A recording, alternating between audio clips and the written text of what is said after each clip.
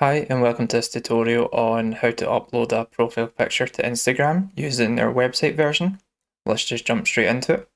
So what you want to do is go over to profile here on the left and just click that. Then big profile picture here, see add a profile photo, click that and then just choose whichever profile picture you want. So I'll go for this one. And there you go, it's as simple as that. Thank you.